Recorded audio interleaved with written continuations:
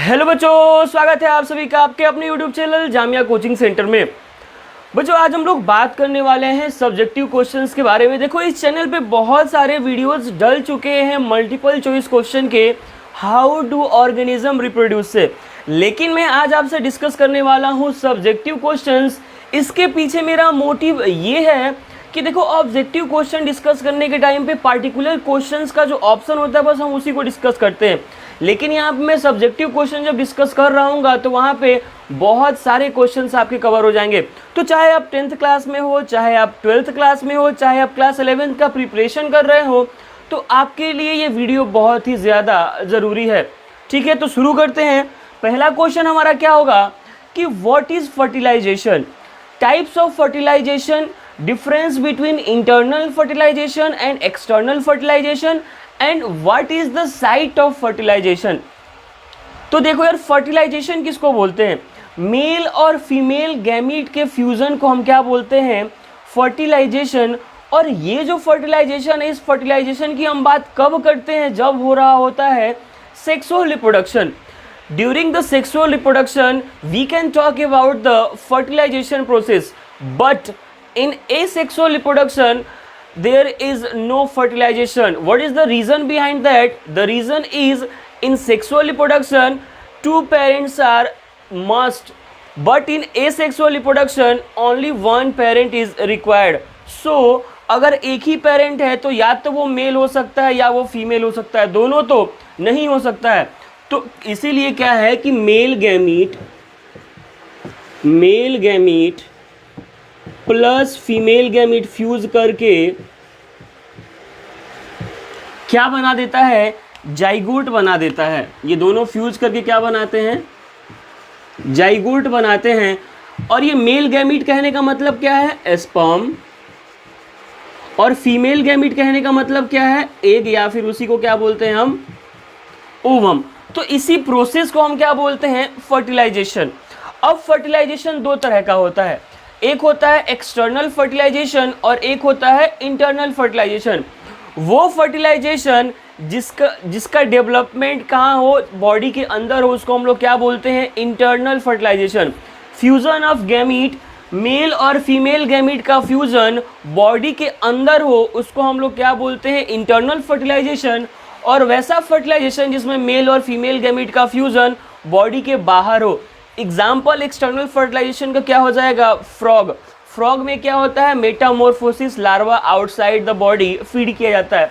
लेकिन ह्यूमन हो गए, एनिमल्स हो गए, इन लोगों के अंदर क्या होता है कि डेवलपमेंट सारा का सारा इनसाइड द बॉडी होता है, आउटसाइड द बॉडी नहीं होता है। तो एक्सटर्नल और इंटरनल फर्टिलाइजेशन का ये डिफरेंस हो गया। बात आती है कि साइट ऑफ फर्टिलाइजेशन क्या है, आखिर ये फर्टिलाइजेशन हो कहाँ पे रहा है? तो अगर आपने फीमेल रिप्रोडक्टिव सिस्टम पढ़ा होगा तो वहाँ पे क्या पढ़ते हो? Fallopian tube. और फेलोपियन ट्यूब ही ह्यूमन बींग्स के अंदर वो साइट है किसका? फर्टिलाइजेशन का, in the female reproductive system. तो साइट ऑफ फर्टिलाइजेशन क्या है? साइट ऑफ फर्टिलाइजेशन क्या है? Fallopian tube. ठीक, बढ़ते हैं नेक्स्ट क्वेश्चन की तरफ। नेक्स्ट क्वेश्चन आपका क्या बोल रहा है कि what is the difference between self pollination and cross pollination. यार उससे पहले एक दो वर्ड है उसके बारे में डिस्कशन कर लेते हैं। देखो वर्ड होता है ना यूनिसेक्सुअल एंड बाइसेक्सुअल, इसमें आप लोगों को बहुत कंफ्यूजन होता है। कौन सा वर्ड? यूनिसेक्सुअल और एक है बाइसेक्सुअल। यूनि मतलब वर्ड में ही क्या है? यूनि मतलब वन और बाई मतलब टू होता है। तो इससे आपको पता चल जाना चाहिए, अगर आपने पहले पढ़ रखा है तो, क्या कि प्लांट के फ्लावर में अगर बस मेल गैमीट प्रेजेंट हो या फिर बस फीमेल गैमीट प्रेजेंट हो तो उसको हम लोग क्या बोलते हैं? यूनिसेक्सुअल। अब वो मेल गैमीट क्या होता है? स्टेमेन। और फीमेल गैमीट क्या होती है? कार्पेल। तो इसका क्या लिखोगे तुम यहाँ पे कि आइदर स्टेमेन और कार्पेल प्रेजेंट, दोनों में से कोई एक प्रेजेंट होना चाहिए। कहाँ पे? Present in flower of a plant. लेकिन बाइसेक्सुअल में क्या है, दोनों के दोनों प्रेजेंट होंगे, मेल पार्ट भी प्रेजेंट होगा और फीमेल पार्ट भी प्रेजेंट होगा। तो इसमें क्या बोलेंगे कि बोथ स्टेमेन एंड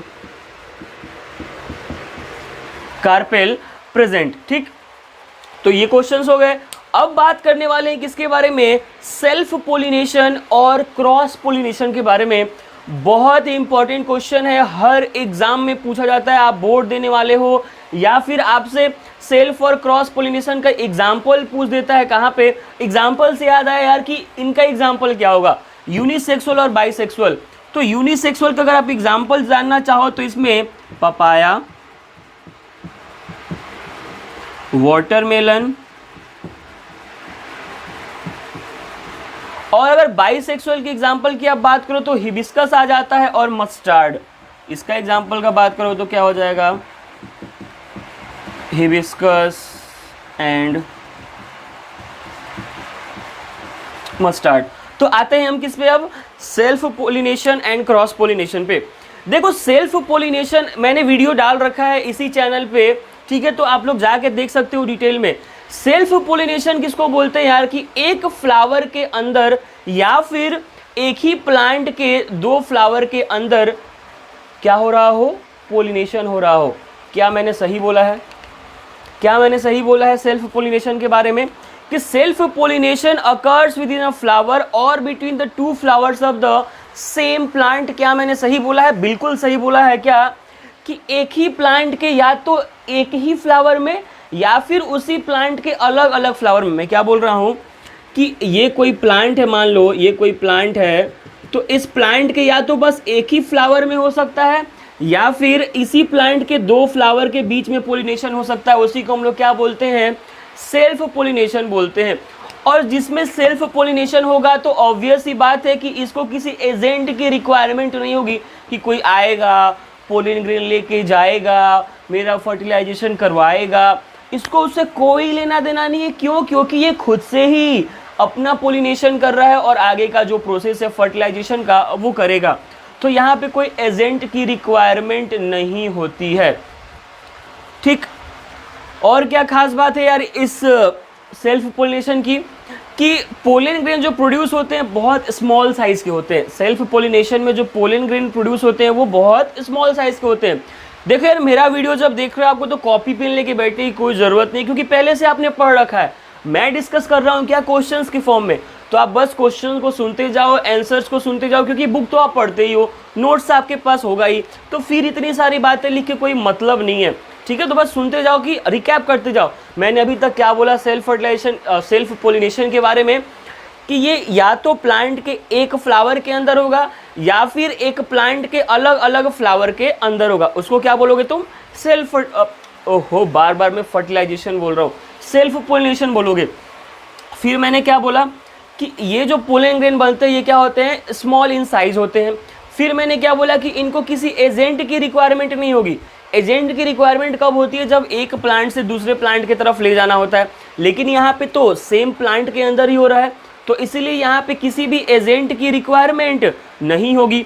और ख़ास बात क्या है यार, कि मान लो अगर एक प्लांट से दूसरे प्लांट के पास पोलन ग्रेन को ले जाना था तो ट्रेवल करता, थोड़ा ना थोड़ा डिस्टेंस तो ट्रेवल करता, तो उस टाइम पे क्या होता है कि पोलन ग्रेन वेस्ट होते हैं।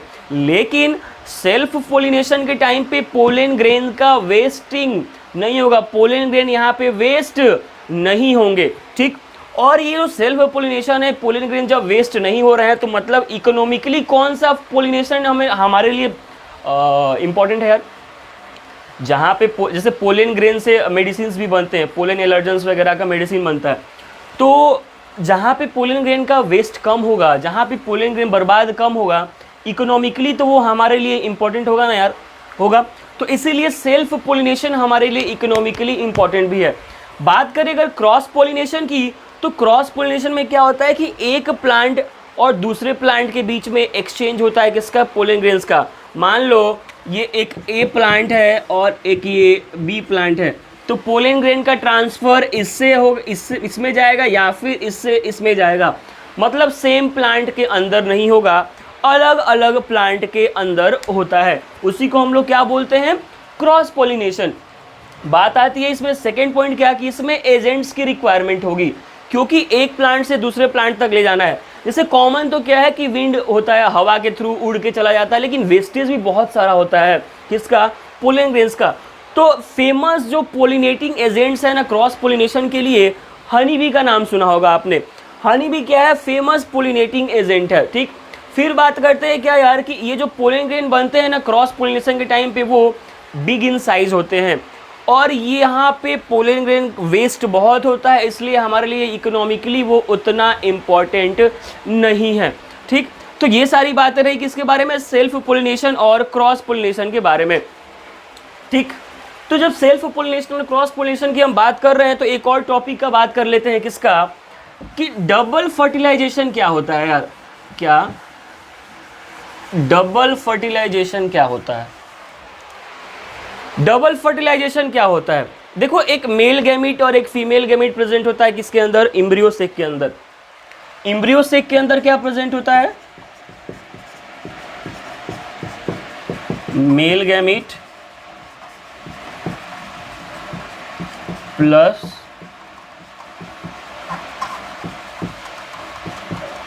मेल गैमीट प्रेजेंट होता है, और उसके साथ साथ क्या प्रेजेंट होता है, फीमेल गैमीट। और जो यहाँ पे 1 लिखने दो यार, 1, 2 मेल गैमीट बनता है ना, फर्टिलाइजेशन जब होता है तो 2 मेल गैमीट बनता है, तो एक मेल गैमीट फ्यूज कर जाता है किसके साथ, फीमेल गैमीट के साथ एम्ब्रियो सेक में। लेकिन जो एक मेल गैमीट होता है वो फ्यूज कर जाता है 2 पोलर न्यूक्लियाई के साथ। जैसे अगर तुम स्ट्रक्चर बनाओ, स्ट्रक्चर ऐसे बनाते हो, तो क्या है, यहाँ पे ऐसे सेल्स प्रेजेंट है, यहाँ पे ऐसे प्रेजेंट है, और यहाँ पे ऐसे 4 प्रेजेंट है। ठीक, 3, यहाँ 4।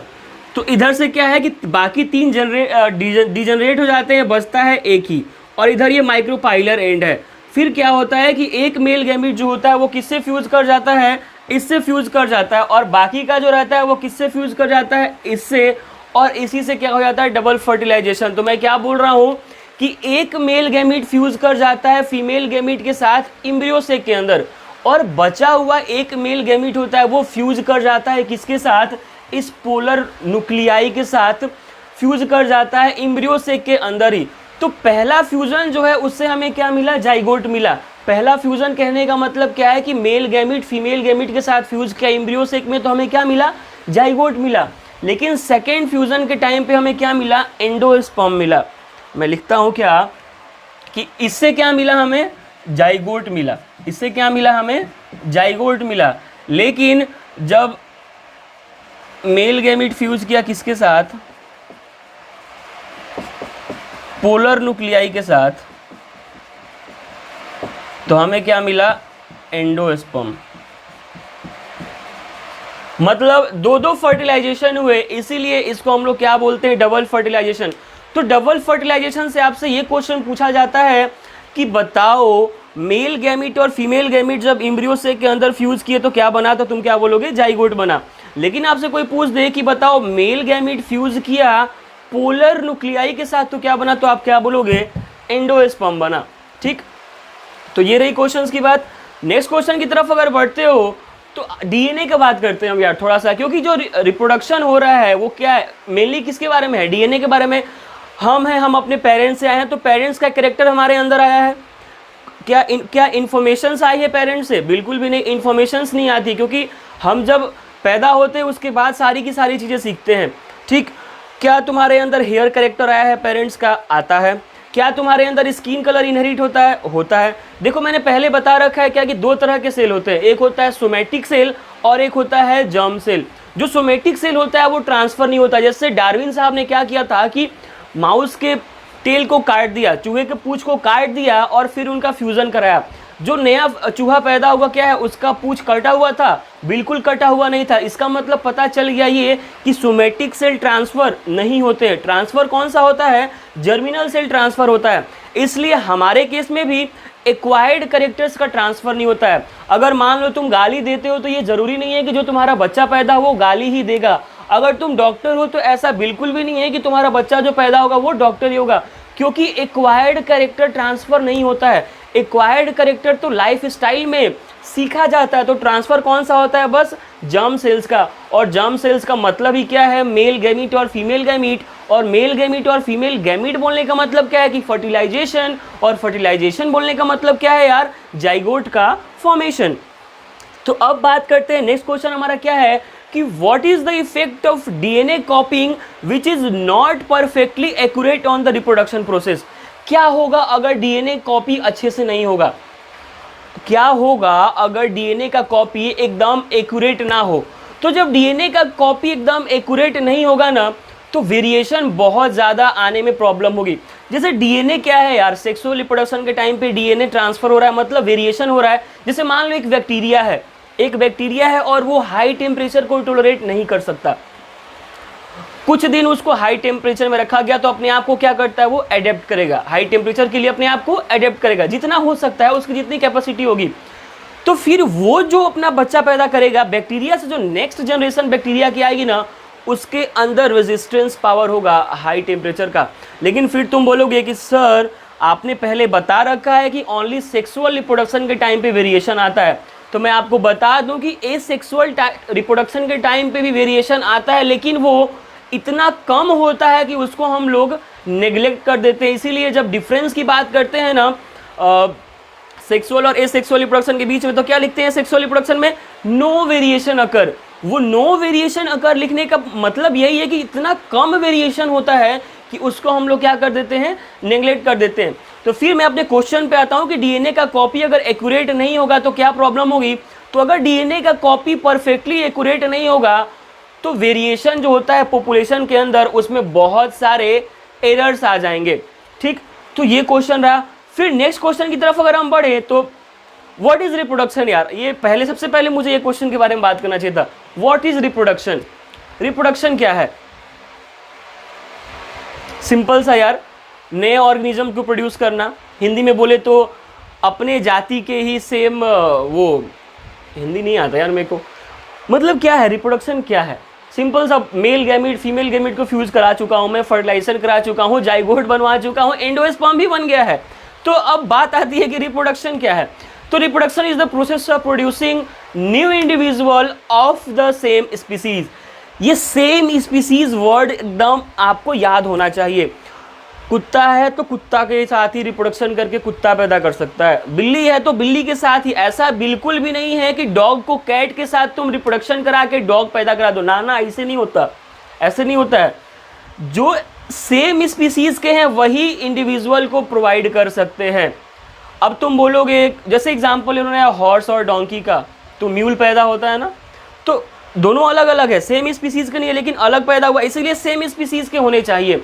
Reproduction is the process in which new individual is formed, produced of the same species by the existing organism of a species। ठीक है।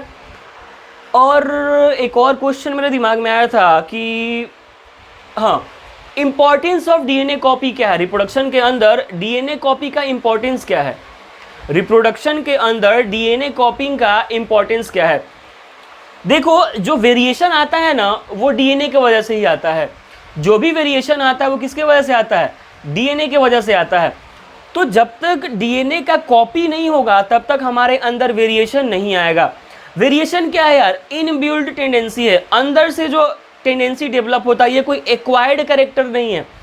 एक्वायर्ड कैरेक्टर है मतलब मेरे कहने का मतलब ये है कि ये डीएनए से आ रहा है, तो मेनली ये इनबिल्ट बोल सकते हो, उसको एक्वायर्ड बोल सकते हो, लेकिन मेनली इनबिल्ट है। मतलब मेरे कहने का मतलब ये ना कि ये बाहर से नहीं तुम अडेप्ट की हो, ये इनबिल्ट है। मान लो कि तुमको कहीं रख दिया गया हाई टेम्परेचर में और तुम्हारा बॉडी बोलता है कि मेरे पास तो ऐसा कोई मैकेनिज्म ही नहीं है कि मैं उस हाई टेम्परेचर को टॉलरेट कर सकूं, मर जाओगे। मतलब क्या है कि हमारे अंदर इनबिल्ट कैपेसिटी है, इनबिल्ट टेंडेंसी है वेरिएशन का ड्यूरिंग द रिप्रोडक्शन।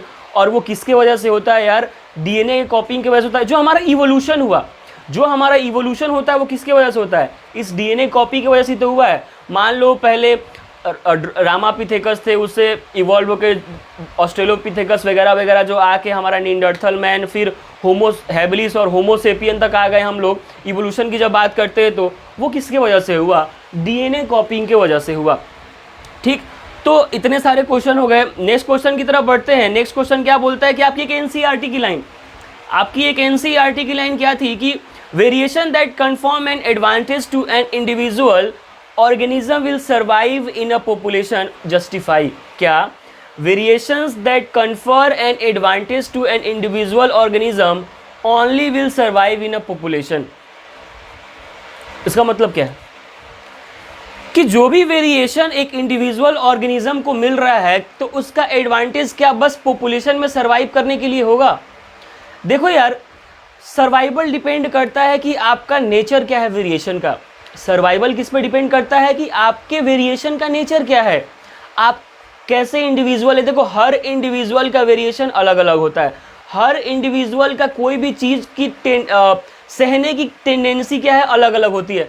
कोई ज़्यादा काम कर सकता है, कोई कम काम कर सकता है, कोई ज़्यादा खा सकता है, कोई कम खा सकता है, कोई ज़्यादा दौड़ सकता है, कोई कम दौड़ सकता है। सबकी अपनी अपनी टेंडेंसी है। जैसे मान लो कि एक हम बैक्टीरिया की बात करें तो एक आर्की बैक्टीरिया क्या है कि वो 100 डिग्री सेल्सियस टेम्परेचर को भी झेल सकता है। जैसे वो अगर सी में रह रहा है तो जो हीट वेव आता है उसको वो झेल सकता है। तो मतलब क्या हुआ कि उसके जो ऑफस्प्रिंग पैदा होंगे उसमें जेनेटिक वेरिएशन आएगा और वो भी क्या है, हाई टेम्परेचर को सर्वाइव कर पाएंगे। ठीक है, तो ये सारी बातें हो गई। अब कुछ डिजीज़ की बातें कर लेते हैं। अच्छा बताओ, कुछ सेक्सुअल ट्रांसमिटेड डिजीज़ का नाम बताओ जो कि बैक्टीरियल इन्फेक्शन से हुए हो। सेक्सुअल, मेरा माइक ठीक है क्या? डिजीज़ का नाम बताओ, सेक्सुअल ट्रांसमिटेड डिजीज़ जो बैक्टीरिया से होते हो। पहले मैं इसको रफ कर देता हूँ, उसके बाद से हम आगे की बातें करते हैं। अब बात करते हैं यार हम कुछ डिजीज़ के बारे में जो कि सेक्सुअल ट्रांसमिटेड डिजीज़, क्या बोलते हैं उसको, STD। सेक्सुअल नहीं होता है, सॉरी, सेक्सुअली ट्रांसमिटेड डिजीज़ जो कि बैक्टीरियल इन्फेक्शन से और वायरल इन्फेक्शन से होते हैं और हम इसको कैसे प्रिवेंट कर सकते हैं। ये बोर्ड एग्जाम में क्वेश्चन पूछा जाता है क्या कि name the sexually transmitted diseases which caused due to bacterial infection और viral infection and what are the measures to prevent it. अगर मैं सही हूँ तो क्वेश्चन यही पूछा जाता है आपसे। तो सेक्सुअल ट्रांसमिटेड डिजीज यार किसके वजह से हो सकते हैं, बैक्टीरिया के वजह से। तो बैक्टीरिया की वजह से कौन होते हैं, नाम ये याद रखना है आपको, नाम ये याद रखना है कि बैक्टीरिया की वजह से कौन सा डिजीज होता है और वायरस की वजह से कौन सा सेक्सुअली ट्रांसमिटेड डिजीज होता है। ठीक, तो बैक्टीरिया की वजह से कौन सा होता है, गोनोरोइया। कौन सा, बैक्टीरिया की वजह से कौन सा होता है, GONORRHOEA,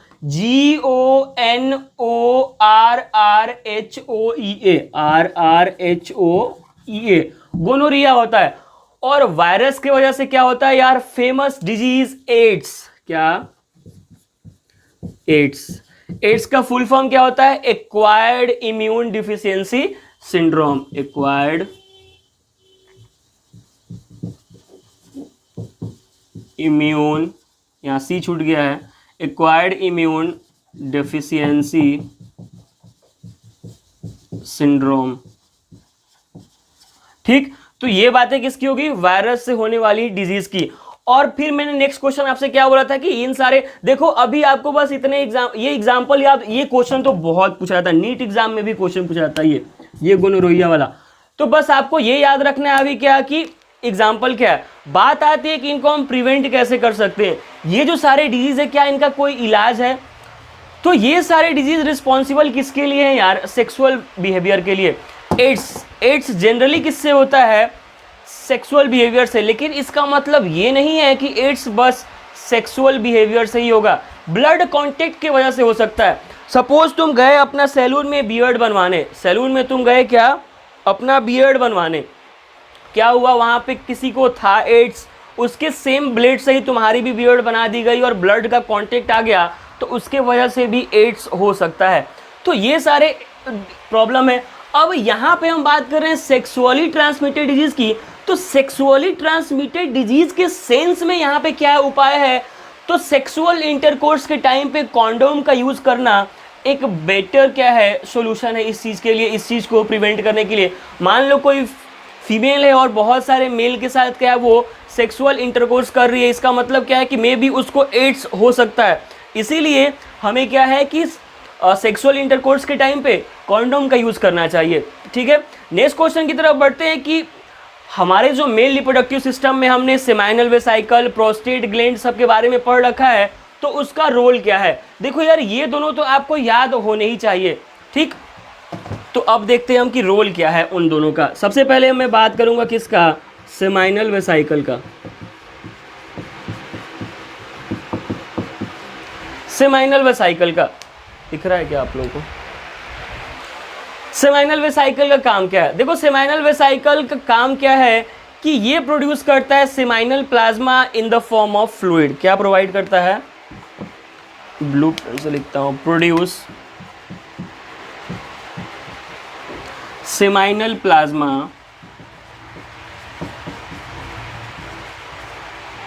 in the form of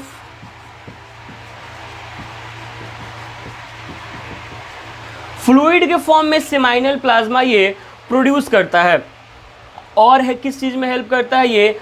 और हेल्प करता है ट्रांसपोर्ट ऑफ स्पर्म में। देखो ना यार, इसने क्या किया कि सेमाइनल प्लाज्मा प्रोड्यूस किया जो कि फ्लूइड इन नेचर है। तो ये क्या करेगा, फ्लूइड इन नेचर है तो जो रास्ता है स्पर्म के जाने का उसको ये क्या कर देगा, स्मूथ बना देगा। तो और ये किस चीज़ में हेल्प कर रहा है कि ट्रांसपोर्ट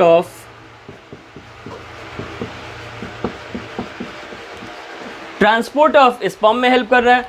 फिर बात करते हैं यार हम प्रोस्टेट का, प्रोस्टेट ग्लैंड का। प्रोस्टेट ग्लैंड किस चीज में हेल्प करता है?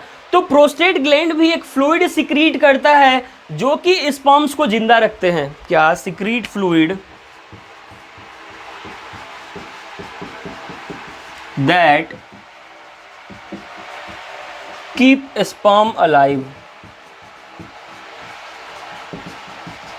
दैट कीप स्पर्म अलाइव, वो जिंदा रखते हैं। और क्या है कि हेल्प करते हैं कि स्पर्म अच्छे से स्विम करके जाए किसके पास, पेनिस के पास। And help sperm to swim easily. ठीक, तो यार आज की वीडियो में बस इतना ही। बहुत सारे क्वेश्चंस हो गए, मिलते हैं अगले वीडियो में ऐसे ही क्वेश्चंस के साथ। ऐसा नहीं है कि आज ही खत्म हो गया सारे के सारे, नहीं, और भी बहुत सारे क्वेश्चंस है अगले वीडियो में मैं कराऊंगा। तब तक के लिए अगर कोई डाउट हो कमेंट सेक्शन में जाओ यार, डाउट पूछो। मिलते हैं अगले वीडियो में, तब तक के लिए stay safe, stay home, all the best.